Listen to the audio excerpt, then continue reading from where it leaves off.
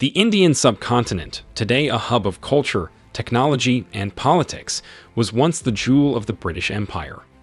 The story of India's path to independence is a testament to the resilience and determination of its people. The journey began over 2 centuries ago, when European powers first arrived on Indian shores. The beginnings of colonization. The first European colonizers to arrive in India were the Portuguese in 1505, but it was the British, French, and Dutch who would leave the most lasting impact.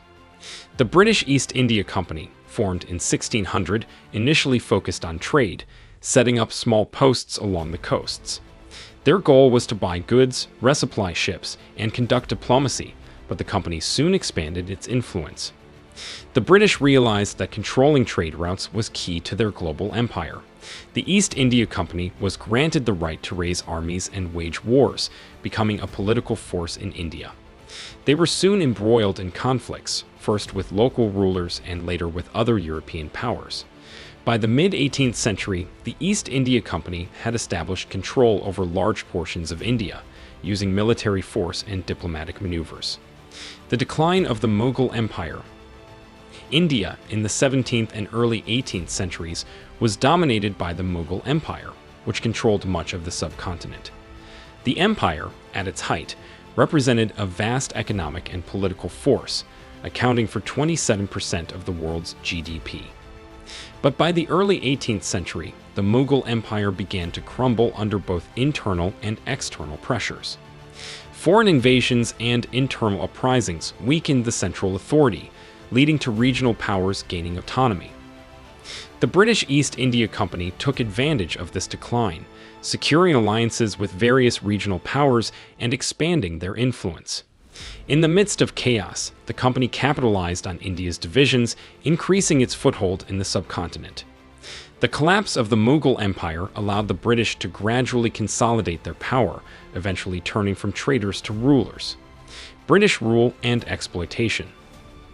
By the mid-19th century, the East India Company ruled over vast areas of India, enforcing policies that drained the Indian economy. Taxes were raised on local industries, and British goods flooded Indian markets, undercutting local production. The once thriving textile and shipbuilding industries were devastated as India's economy became increasingly reliant on British imports. India's economic contribution to the world plummeted from 27% to just 2%, while the British Empire profited immensely. The British employed a strategy of divide and rule, encouraging divisions among various religious and ethnic groups in India to maintain their control. The British exacerbated differences between Hindus and Muslims, fueling distrust and preventing the Indian population from uniting against colonial rule. The Rebellion of 1857. The simmering resentment against British exploitation eventually led to the Indian Rebellion of 1857, often referred to as the Sepoy Mutiny. Indian soldiers, known as sepoys, revolted against the British officers who had long treated them as subordinates. The rebellion quickly spread, but was crushed with great brutality. The aftermath saw the East India Company dissolved, and the British government took direct control of India. Despite the British government now overseeing the colony, the tactics of exploitation remained largely unchanged. Under direct British rule, India continued to suffer under heavy taxation, economic exploitation, and a system designed to benefit Britain at the expense of Indian development. Rise of the Indian National Congress. Amidst the ongoing oppression, the Indian National Congress, INC, was formed in 1885 with the goal of gaining greater representation for Indians in the British administration. Initially, the INC sought reforms, not independence, but over time, its leaders grew increasingly frustrated with Britain's indifference to Indian concerns. The Congress began to push for more significant political rights and autonomy, leading to the emergence of a broader nationalist movement. By the early 20th century, India's educated elite, including lawyers and civil servants, were increasingly dissatisfied with British governance. As the Indian population began to mobilize, the call for independence gained momentum. Gandhi and nonviolent resistance. The arrival of Mahatma Gandhi in 1915 marked a turning point in India's struggle for independence. Gandhi, who had fought for the rights of Indians in South Africa, introduced the philosophy of satyagraha, or nonviolent resistance, to the Indian independence movement. Gandhi's approach was based on peaceful protests, civil disobedience, and non-cooperation with British authorities. Gandhi's leadership transformed the INC and the broader independence movement. Under his guidance, the movement expanded beyond elites to involve millions of ordinary Indians from all walks of life.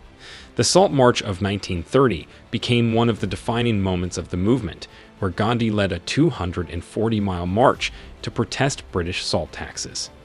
This act of defiance galvanized the Indian masses and exposed the cruelty of British rule, the partition, and independence. In 1942, the Indian National Congress launched the Quit India movement, demanding that Britain leave India. The British responded with arrests and repression, but the movement continued to gain strength. By the end of World War II, Britain's position was weakened. The demands for independence from both the INC and the Muslim League grew louder.